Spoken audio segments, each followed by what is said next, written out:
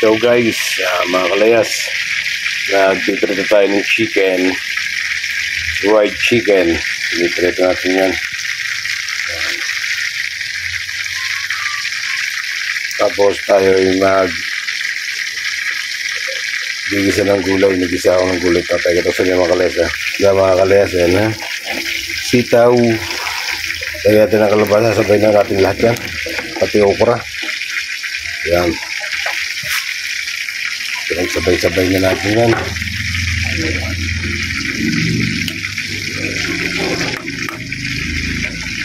Yan ang ating kakainin ngayong pananghalian. Tapos chicken at gulay. Sitaw, kalabasa, okra. Ginisa. Yan. Kaya mga kalayas, tatakloban natin muna ang gulay. At talaksan natin ng konti ang ating apoy. Ayan, para lumulak naman ang ating chicken ay medyo napula-pula na. Kaso lang, ating hininano yung apoy niyan. Hindi natin pwedeng biglayin at baka hilaw ang loob. Kaya mga kalayas, abang-abang lang. Mga kalayas, balik ka rin natin. Uy, natala akong chicken. Ito!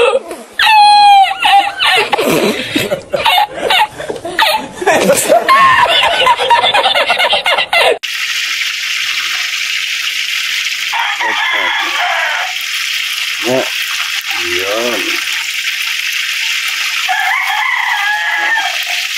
Konti lang breading so ang nalagay ko dito. Yan. Namumula na.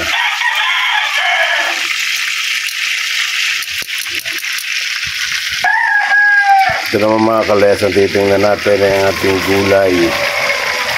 Uy!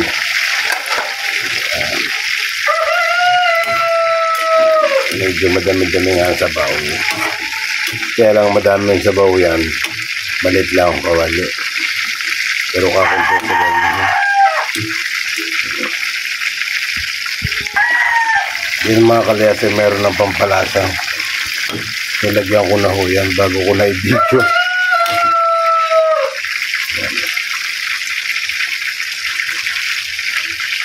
Tingnan natin kung okay na ang ating dampot. Yeah.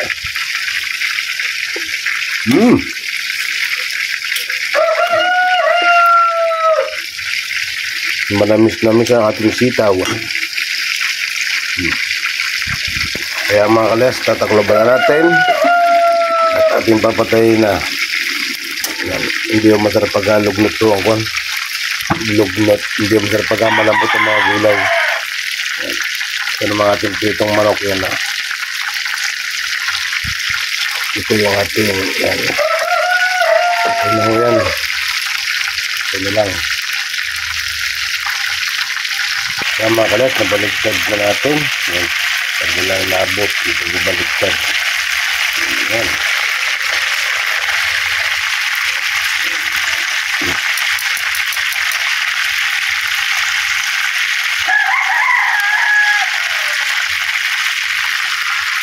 Luto lang tayo.